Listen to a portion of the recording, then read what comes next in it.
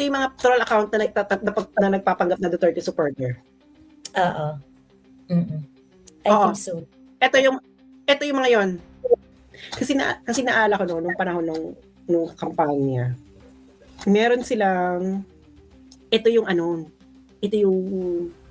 sa ano to girl? Sa Unity time pa. Oo. Di ba? Oo. Totoo. Nag-hire sila kasi yung sina Keme, naloko nga kami, parang sino itong mga bagets na to? May mga bagets. Talaga? Girl, naloko ako, parang sino itong mga to? May mga bagets. Marami. Sa computer, ganyan, para silang, parang call center. Oo. Yung setup. Parang, hindi naman sumagi sa utak ko na troll farm. Kasi akala ko lang, parang ang akala ko lang, kasi ano na yun bilangan akala ko nagmo-monitor lang sila ng iba't ibang presinto. Oo. Pero ang nagsabi nun, isa mong best friend, sabi niya sa akin, nakapasok ka ba dun sa yung parang call center? Troll farm yun, ganoon ako. Ha? Best friend mo, isa mong best mo umaway sa'yo, sabi sa akin. Ha? Talaga, kasi iniisip ko, parang mo kailangan ng troll farm baka, paralo ka na kahit matulog ka na bukas hindi mo na sa botohan. Do you understand? So, pero sabi niya, di ba, ang dami, tapos puro bata. Sabi ko, oo, puro bagets. Kasi sila yung bagets, mga high school, mga... Oo. Madali sa kanila mga high school, kasi mura. Mas marunong ka lang mag-cellphone, di ba? Mas marunong ka lang mag-cellphone. Saka mura. Mura. Kasi pasweldoin mo yung 7,000, 10,000 monthly. Malaking bagay na yun sa estudyante. Malaking bagay na yun sa kanila. Tapos shifting naman kasi yan eh. So, yun yung nakakaloka. Talagang, parang siyang, ako naman parang, bakit kailangan ni Kuyang mag-hire ng troll farm eh? Oo. Panalo na naman siya. Hindi niya kailangan.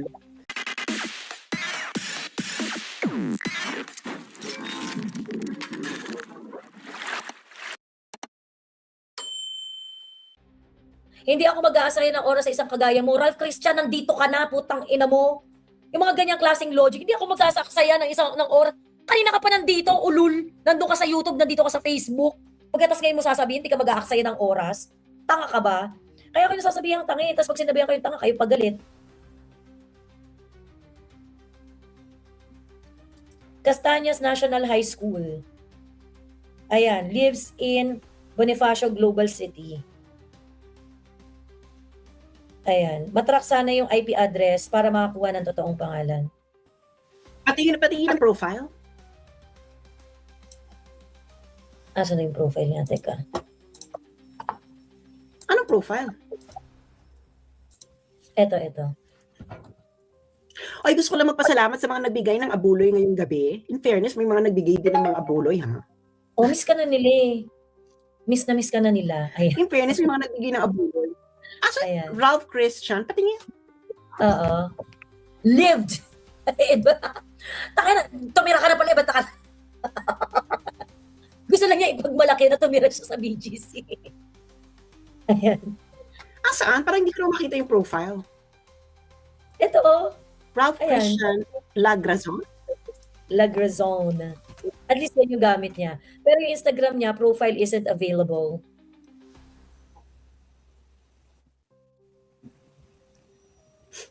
Ay, hindi ko makita.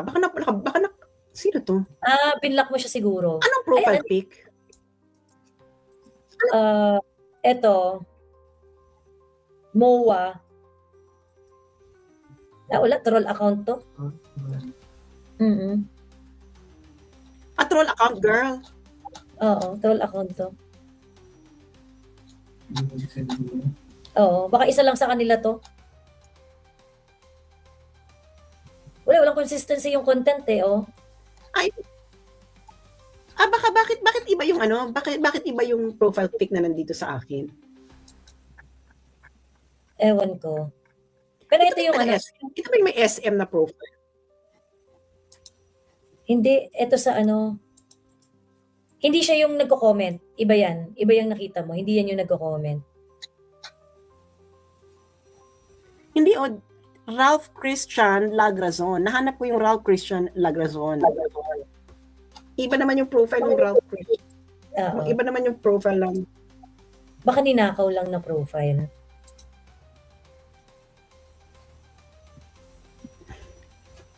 Ayan. Miss Joey, may PM po. Please check. Sabi ni Jing. Same school eh. Oh, okay. Saan yung saan yung high school niya? Batangas ba? Kung Batangas yan, si Maui lang rin yan. Oh, baka yung totoong account. Baka yung nakikita ni Sassy, yun yung totoong account. Nag-aaway pa rin kayo ano? Nag-aaway pa rin kayo ni Maui? Inaaway pa rin niya ako. Wala akong pakialam sa kanya. Wala akong pakialam sa kanya. Inaaway pa rin Actually, niya maraming ako. profile. Maraming profile yung Ralph Christian Lagrazon. Maraming profile, girl.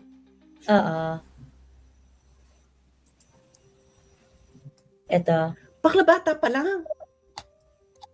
Troll to. Paid troll. Girl bagets pa lang. Paid troll to kung ganon. Ano girl? Parang... ano na to? Trabaho may niya. post na. Oo. Trabaho, nakalagay, kita mo, lahat ng kaibigan ko na grade 10, 22 to 23, na first year college, ay kinalimutan ko na kapag nakita ko man, dead mahina aktong hindi magkakilala. So lahat ng naging kaibigan ko na grade 10, na first year college, ay kinalimutan ko na 22 to 23. Bata pa lang to, ilang taon? 19, 20? Oo. Bata. Tapos ang tawag dito, yan ang profile ng mga troll eh. Yung senior high school to usually senior high school, junior high school, senior high school. Yan yung profile ng mga troll. Sa iCare yan. Hindi yan iCare. Hindi yan iCare. Hindi ito kasi kailangan kasi nila to ng pera. Ay, ano to girl?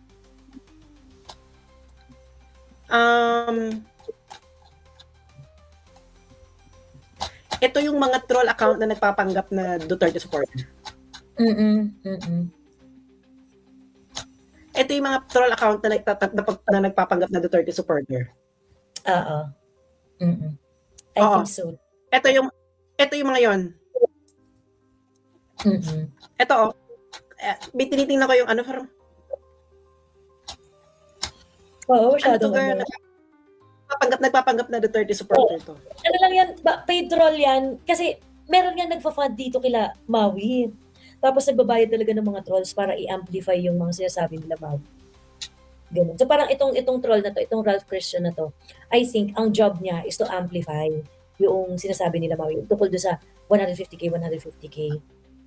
Ayun, yun yung... Hindi yun ito. yung, this one, kasi to eh.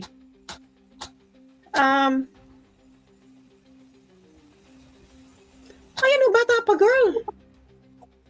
So yan talaga, ang tawag dito, yung, I met a lot of them, actually. Yung, mga senior high school. Nakagraduate lang ng high school nung 23 or? Oo. So yan, kasi uso yan sa mga senior high schools. Kasi nga pa, yung mga senior high school, parang ang feeling nila, hindi, okay lang, madali lang naman yung trabaho. Tapos, syempre, babad sa cellphone yung mga yan eh. Di ba? Babad sa cellphone yung mga yan. Yung mag-troll-troll ka, ganyan-ganyan. Pagkatapos meron ka ng pambili ng milk tea, may pambili ka na ng mga, yung mga ganon. So, sila talaga yung nakukuhang mga trolls. Sila talaga yung nakukuhang mga trolls. Bata pa, girl. Sobrang bata pa. Ano talaga to?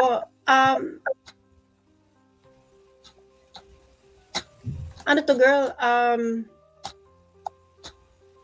Kasi naala ko nung panahon nung kampanya. Meron silang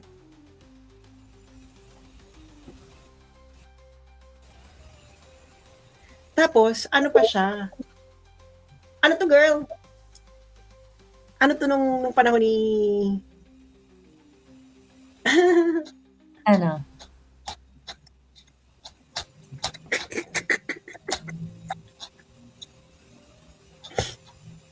Ano to? Trolling account. No, siya Oo. to, tapos parang, okay, ito yung mga bagets na, tapos na nakakaloka, meron kang Twitter, meron kang Facebook. Oo. So, Sideline nila ito yung siguro mga yan. panahon May mga BTS kahit dito mismo sa Facebook na pwede kumita gamit lang ang cellphone at chuchuchu. Ang hindi, magaling sa ito mga yung, ganyan yung mga bagets eh. Mga bagets kasi nakababad sa girl, cellphone, ito ganyan. yung, ito, ito yung ano, ito yung, sa ano to girl? Sa Unity time pa. Oo. Oo. Di ba? Oo. Totoo. Nag-hire sila, kasi yung ano, yung sina Kemi, naloka nga kami, parang sino itong mga bagets na to? May mga bagets. Talaga? Girl, naloka ako, parang sino itong mga to? May mga bagets. Marami. Sa computer, ganyan, para silang, parang call center. Oo. Yung setup. Parang, hindi naman sumagi sa utak ko na troll farm. Kasi akala ko lang, parang ang akala ko lang, kasi ano na yun bilangan akala ko nagmo-monitor lang sila ng iba't ibang presinto. Oo. Pero ang nagsabi nun, isa mong best friend, sabi niya sa akin, nakapasok ka ba dun sa ano, yung parang call center? Troll farm yun, ganoon ako. Ha? Best friend mo, isa mong best mga maaway sa'yo sabi sa akin. Ha? Talaga, troll farm? Kasi iniisip ko, bakit mo kailangan ng troll farm? Bakla, paralo ka na kahit matulog ka na bukas hindi mo ka na sa botohan. Do you understand? So, pero sabi niya, diba, ang dami, tapos puro bata. Sabi ko, oo, puro bagets. Kasi sila yung bagets, mga high school, mga... Oo. Madali sa kanila eh. Walang high school, qualification. kasi mura. Basta marunong ka lang mag-cellphone, di ba? Basta marunong ka lang mag-cellphone. Saka mura. Mura. Kasi pasweldohin mo yung 7,000, 10,000 monthly. Malaking bagay na yun sa estudyante. Malaking bagay na yun sa kanila. Tapos shifting naman kasi yan eh. So, yun yung nakakaloka. Talagang, parang siyang, ako naman parang, bakit kailangan ni Kuyang mag-hire ng troll farm eh?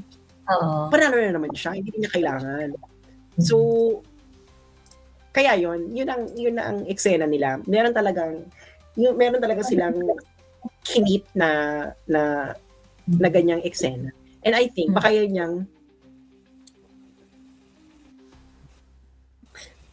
yung ginagamit for you. Oo. For sure. Okay. Tigilan na natin to kasi wala na tayong ano. Oo, matulog na tayo at maaga pa kami bukas. Ayun. Mais na kayo mga kababayan. Maraming salamat. Maraming salamat sa mga nagbigay ng abuloy. At abangan natin ang mga susunod na kabanata. Actually, downtime ngayon eh. Kung hindi lang naging pete ang Chinese Embassy, downtime talaga ang boring ano? Oo. Nakakatawa yung Chinese Embassy nagbigay ng kulay ng ating buhay. Ganon, grata. Sige. Huwag kayong makapunta-punta ng China. Ayun. Okay. Sige na. Pabush. Okay, bye-bye. Maraming salamat din sa mga nagbigay na super stickers. Ma'am Beatrice Prudente, thank you very much. Mocha Princess, thank you very much. Aiden's Dates, maraming salamat po. Sir Smile Pio, Ma'am Smile Pio, maraming salamat po sa pa-super sticker niyong bonggang-bongga. Rosel G, maraming salamat sa inyong pa-super sticker. And salamat Ma'am Rosel G sa inyong kasipagan no para sa ating signature campaign. Ikwento ko lang no very quick no. Kanina kasi di ba nasa Baguio kami kanina. Sa Baguio, grabe yung mga grabe yung harassment na naranasan namin sa Baguio. Pagdating pa lang namin, so nagpapasign kami, nagpapaano kami. Yung diskarte naman namin sa signature campaign, we just want people to come to us. No? If they want to sign, then they sign. If you do not want to sign, di okay lang din. Gano'n. And then, we always wanted to have the least contact with the local government unit. Kasi nga parang, wala naman kaming programa, wala naman kaming mga kung ano-anong kineme. So, most of the time, nagkakapi lang kami, nag-aabang lang kami kung sino gustong pumirma, kung pipirma ka, di okay, kung di ka pipirma, di okay lang din. 'Di ba? Pero sa Baguio kasi, ano talaga yan, marami talagang very vocal. Marami talagang makuda sa Baguio. I know because I lived in Baguio for 6 years. 6 years akong tumira sa Baguio. And I growing up, I would visit Baguio regularly. Gano'n. So, kumbaga parang medyo alam ko yung kultura diyan sa Baguio City talaga. So, marami talagang mga maraming nasasabi. Pagkatapos, kanina talaga, parang ano, yung talagang tinatalakan kami na parang, alam mo yun, yung mga pangungutya ng mga salita. Tigilan nyo na yan, mga ganyan-ganyan, yung mga ganong etchos. Ayun. So, meron pa yung mga madadaan pa, BBM kami, ganyan-ganyan. Eh, pag yung mga ganong-ganong comment, carry lang naman yun. O, edi BBM kayo. Hindi kayo kasali sa pirmahan. BBM pala kayo eh, di ba? Ganon. Yung mga ganong etchos. Pero, may lumapit sa amin, parang ilang beses siyang umikot doon sa ano, kasi nga sa may Burnham Park, marami tumatakbo dyan eh. Marami nagwo-walkathon, ganyan, naglalakad-lakad. Tapos paikot-ikot lang doon sa vicinity. Tapos siguro hindi siya nakatiis, yung parang gusto niya talaga kaming bardagulin. Doon lumapit siya, sabi niya ganun, ano to, para saan tong mga signature na to? Hindi niyo ba alam, criminal yan si Duterte, ang dami-dami niyang kaso, ganon. Pagkatapos gusto niya pang palayain, sabi niya ganon. Tapos sabi ko, ba't ano pong kaso ni PRRD? Sabi ko, wala pong kaso si PRRD dito sa Pilipinas. Walang kaso. Meron nga siyang kaso doon sa The Hague, sabi niya ganon. Meron siyang kaso doon sa ICC, ganyan-ganyan. Sabi ko, sir, wala pa siyang kaso sa ICC. Sa February 23 pa lang yung confirmation of charges hearing niya. Hearing pa nga lang yun eh. 'Di ba? Oh, wala siyang kaso dito sa Pilipinas, wala siyang kaso sa Hague. Pwede siya nakakulong. 'Di ba? Tapos ayaw niyo kaming palaya. Eh kung kinasuhan niyo siya dito sa Pilipinas, edi hindi kami nagpapasignature campaign, putang ina mo ka. 'Di ba? Edi ayun, tapos nagtatatalak siya. No! You should qualify your sentence. You should say, walang na-i-file dito sa Pilipinas na kaso. Hindi ibig sabihin, wala siyang kasalanan. Wala lang na-i-file, ganyan-ganyan. Sabi ko, kung ba't di nyo kasuhan? Dapat kinasuhan nyo. Para hindi na tayo nag-aaway dito. 'Di ba? Kung kinasuhan nyo yan dito sa Pilipinas, o di dito tayo nagtutuos, eh di wala kaming signature campaign. 'Di ba? Di wala na kaming signature kasi nandito sa Pilipinas eh. 'Di ba? Eh kahit naman yun nagpapa-signature kami, campaign kami at gusto namin pauwiin si PRRD, hindi rin namin pinipigilan na i-demanda siya. 'Di ba? Ang tanong, ba't kayo takot na takot doon sa aming call? At alam ko naman yun kung bakit kayo takot na takot sa aming call. Dahil ang call namin is for the Supreme Court to do the right thing. I-assert ng Supreme Court yung ating soberanya on a Filipino citizen taken from the Philippine jurisdiction without due process of law. 'Di ba? So anyway, talak ng talak. Yung pala nalaman ko later on na yung tao pala na yun, doktor. Doktor siya, yung tao na yun. So talak siya ng talak, tapos naninigaw siya, no, ganyan. Sabi ko, ganun. Sabi ko, ba't ka magagalit sa amin? Ba't hindi ka nagdemandang putang ina mo ka? Sabi ko gano'n sa kanya, dapat nagdemanda ka. Dapat nag-file ka ng kaso. 'Di ba? Itong mga taong to, ito yung mga tao na sisindakin ka in person. They would really bully you to silence so that you're going to stop whatever it is that you are doing. Ganyan. Eh syempre, ang atin yun, hindi magpapatalo. Eh tangina mo, kung sisigawan mo ko, di sisigawan din kitang tangina mo ka. 'Di ba? Walang problema yan. 'Di ba? Eh, babalahurain mo kami. Meminosin mo yung mga ginagawa namin eh. Pagkatapos ikaw, ang paniniwala mo, mamamatay tao, kriminal, madaming ginawang kasalutan sa bansa. Eh ba't ang ginawa mo putang ina mo ka? Magalit, awayin kami? Yan ang inuna mo?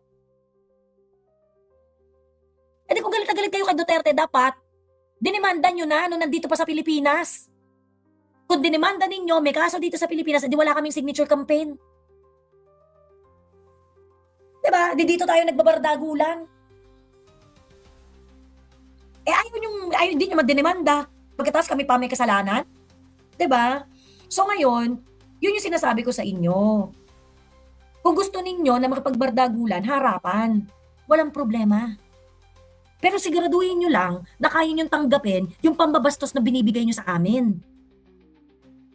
Kung binabastos-bastos nyo kami, I am very, very sure you're gonna get the same.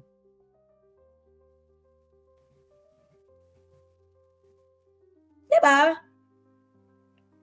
Mambabastos kayo sa mga physical attributes. Ang pangit nyo naman pala. Diba? Sinong doktor yan? Dapat iwasan ng mga DDS yan. Baka kung anong gawin na doktor para di ka pareho ng paniniwala. Actually, merong ang mga ganyang questionable doctors. Yung pagka-DDS daw yung pasyente, ayaw daw anuhin. Well, I hope it's not true, Kasi parang putang,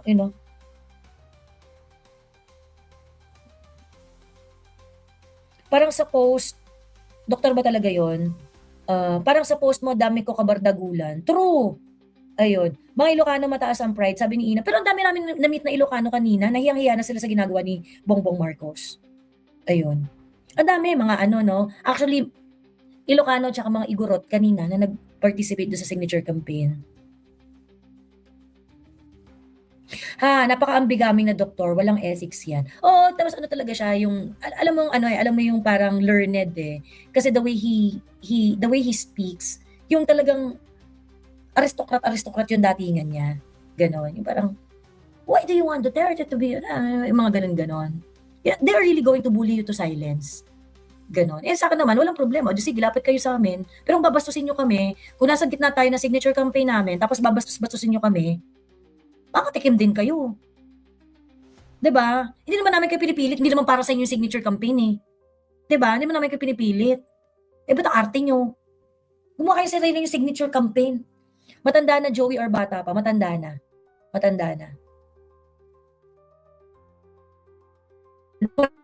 Doktor na issue ang confidential funds ni Sarah. Dapat daw nilabas yun. Sabi ko, kaya nga confidential eh. Malamang isa yan sa mga doktor na hindi nagbabayad ng tamang buwis. Wala yun sa pinag-aralan na sa lawak ng pag-unawa. Totoo.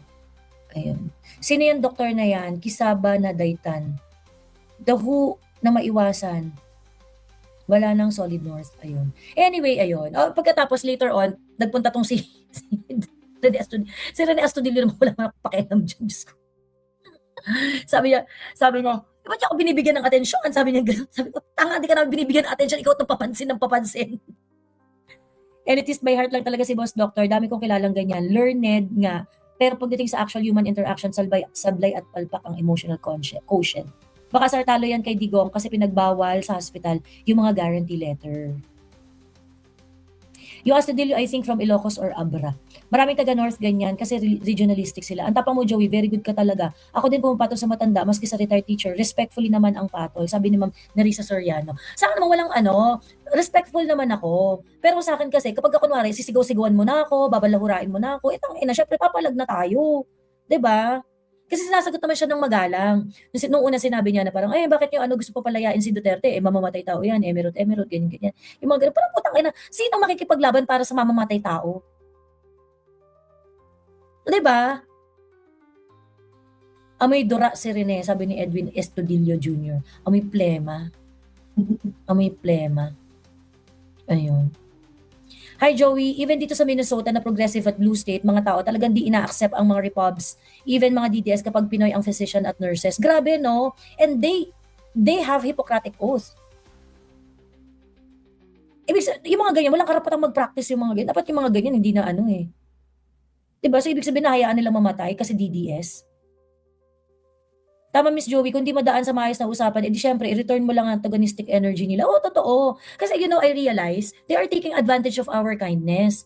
Yung mga Duterte supporters, many of us are really not very, very politically inclined.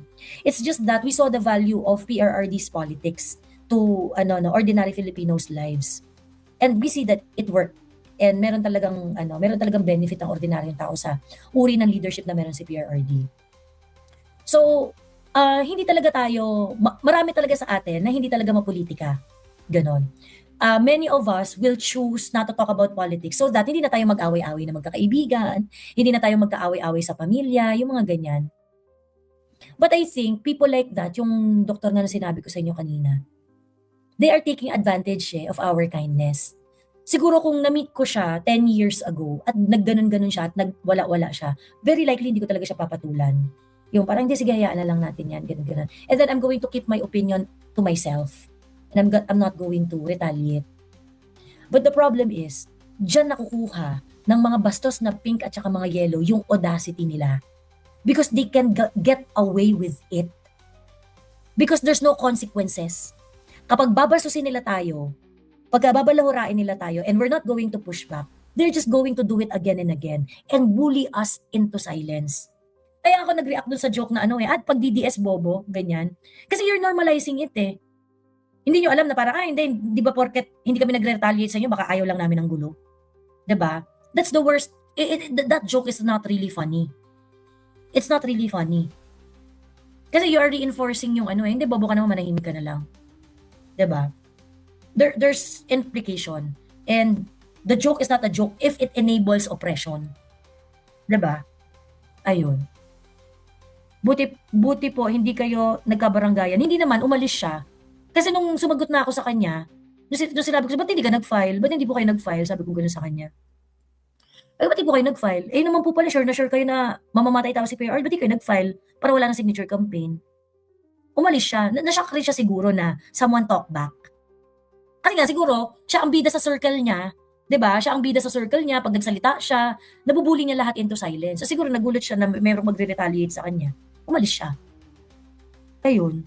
So sinabihan ko, tinask ko rin siya, ba't ka nandito? Kung hindi mo naman ibibigay yung pirma mo, ba't ka nandito? Hindi ka mo pinipilit. The hard truth, Joey, is even mismo sa atin sa mga DDS, may mga bastos din towards each other. Sabi ni Megamochi, totoo naman yan, hindi naman mawawala yan. Hindi naman mawawala yan. Ganon. Pero yung within the Duterte line, at least kahit pa paano meron tayong common ground.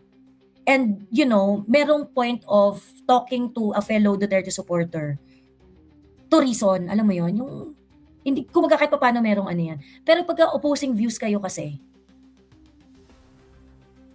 iba yun. Ganon. Kasi at least kahit tayo, para sa Duterte supporters, pwede tayong mag-away, makakapag-usap tayo, and at the end of the day, nasa isang side pa rin tayo. 'Di ba? Nasa isang side pa rin tayo. Pero yung mga Duterte supporters at saka yung mga anti-Duterte, mahirap kasi magka-common ground lalo na kung binabalahura ka. 'Di ba? Ayun, ako bastos din naman ako pag bastos ang kausap. Naging bastos lang tayo kapag bastos din kausap natin. Oo. Sa akin kasi parang dapat ma-experience din nila. It doesn't feel good. Pag binastos ka, it doesn't feel good. 'Di ba? Gusto ko talagang maging mabait sa totoo lang. And I'd like to think mabait naman ako. Yun nga lang, pag babastusin niyo ako, bastusin ko rin kayo. 'Di ba? Ayun. Yung kasi, yung kunwari, yung mga sa side natin, mga Duterte supporters, nakakausap mo yan eh. And ako, I have a lot of experience na kinakausap ko yung mga kapwa natin Duterte supporters na, hindi naman okay yan, pangit rin yan, ganyan. Si Sas, nakikita rin naman natin si Sas na ganun eh. Iba rin naman kasi Duterte supporter, ganito. If you are a thought leader of the Duterte side of politics, mas kaya mong mag-explain, mas kaya mong kausapin at paliwanagan. Ganun, mali yung ginagawa ninyo, huwag kayo masyadong harsh sa ganito, or ganyan. Kahit nga tayo, nagtatalo-talo tayo. Wala mong problema yun. Kahit nga tayo, kinocall out natin yung mga Duterte-aligned politician eh. Na parang, uy, talaga ba? Ano ba yan? Umayos ka naman, di ba? Yung mga ganon. Kaya natin yun. And at the end of the day, we're going to stay at the same side. Ganun. Pero yung iba kasi talaga yun, ibang usapan talaga yun. Yung sobrang balahura. Ayan. Yan ang problem sa mga Pinoy, feeling may upper hand ang iba, tapos when you talk back, bastos na ang dating sa'yo. Feeling disrespectful na if you engage them in dialogue kasi mas matanda sila, or feeling mas may pinag-aralan. Sabi ni Ma'am Nerissa Soriano, totoo yan. Ganon. And sa akin kasi, hindi pwedeng ganon. Maranasan nyo rin dapat sa buhay ninyo na merong nagpo-pushback. Ayun. Anyway, sige na, matulog na tayo at maaga pa kami bukas. Sa mga